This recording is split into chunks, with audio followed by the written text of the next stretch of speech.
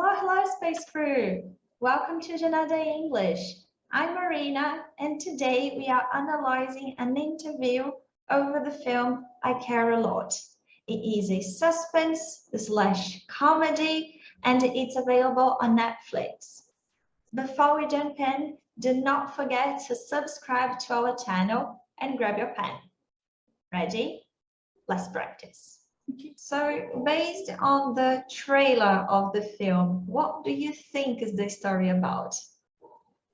I think it's about the principal. She works with old people, but not a good job. I think she take money of them. Perfect. Okay. Here, Tassi, the main character. Okay. The main character, most important. Okay. Okay. Character is okay? Yes. Yeah. Great. So the main character is a guardian. All right. Guardian is a person that protects older people. Okay. She takes care of older people. So she's a guardian. When you have an old person and you cannot take care of the person, you have a guardian, an official guardian, okay? Okay.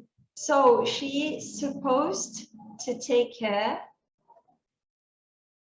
of these people, but she robs them, okay? Okay. Yeah? Supposed to is all right? Yes.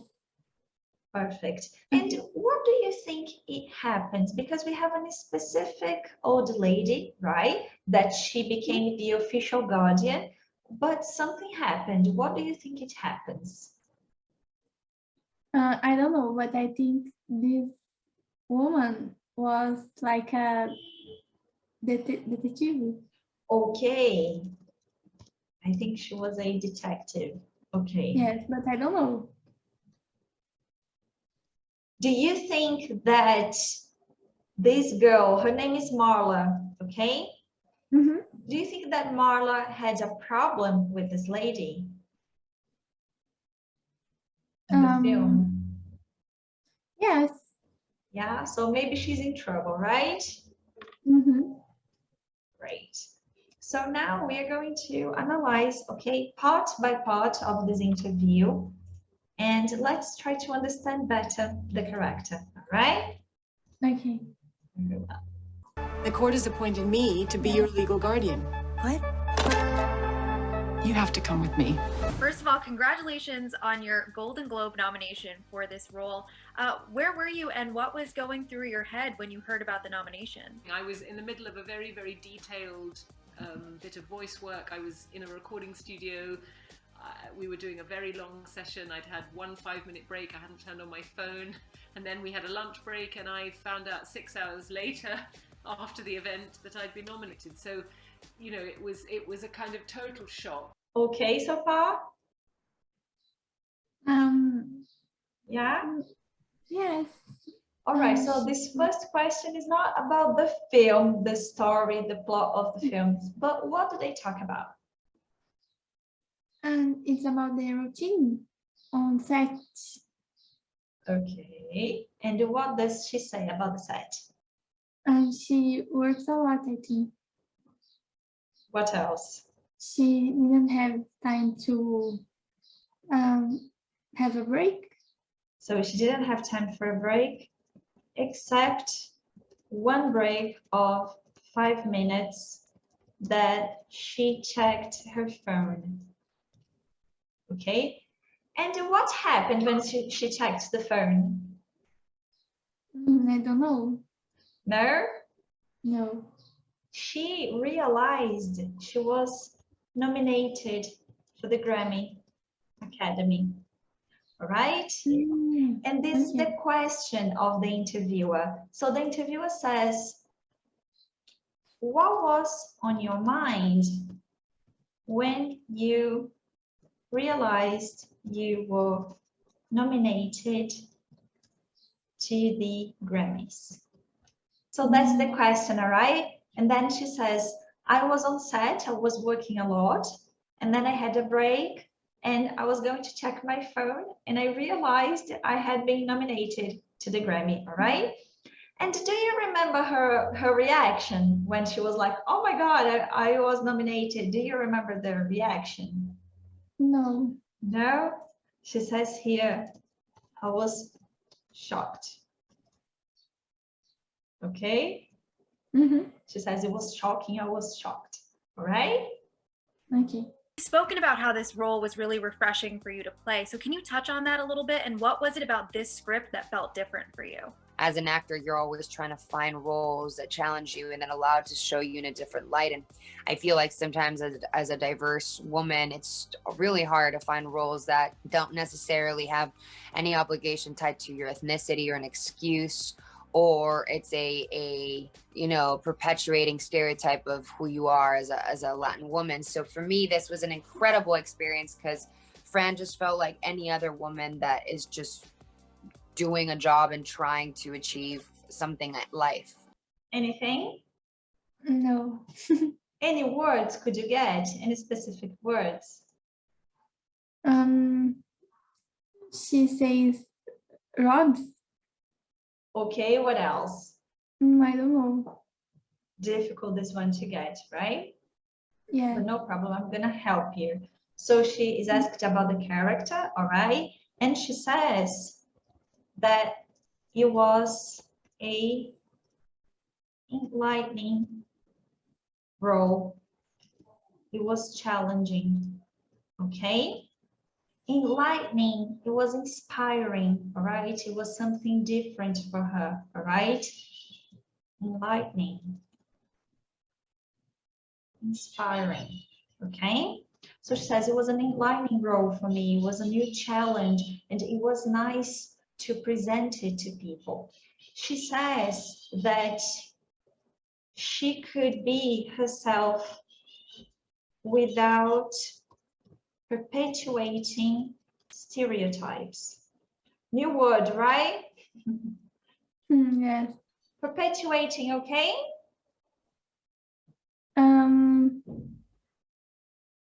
No. To perpetuate, it's to always say the same thing about something, okay? When you perpetuate a message, so for example, a very common stereotype we have in Brazil is that everybody loves carnival or everybody loves caipirinha, all right? So it's a perpetuating stereotype. All the time people are repeating this information, but it's not necessarily true, okay? So she says that for her, she could be herself in this role because she's Latin, okay? And the pronunciation, she says here, she says, I'm Latin. So she gets the T, all right? She says, I'm Latin. So it was a challenging role, all right? Mm-hmm. Now, your character in this is pretty ruthless. What is it about playing this anti-hero type that really strikes you? Traditionally, female roles have either been sort of all out bad and therefore sort of unappealing and they're the real villain, or they've been the ones that we want to watch and spend time with are the sort of nurturing, maternal, good, loving, kind characters. I think when there are women who take those qualities and use them for ill ends, it gets very interesting for me. I think you know, both Marla Grayson in this film and Amy Dunn in Gone Girl, they both, you know, are fully able to play the tropes of femininity that society has deemed the most acceptable. And Marla is able to convincingly be caring, nurturing, commendable, trustworthy, all the things that we value. And then you realize she's none of those things. Okay. Yeah. So what does she say about being an anti-hero in this film?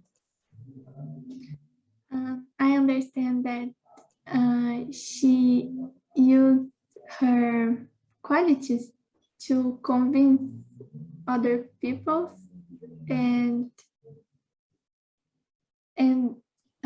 be a anti-hero. Great point, Tassi. So she's attached to good qualities, okay? So she's not a villain that you hate already, that you don't feel anything. She's a villain that what she says, she's kind. So she's kind, she's trustworthy, okay?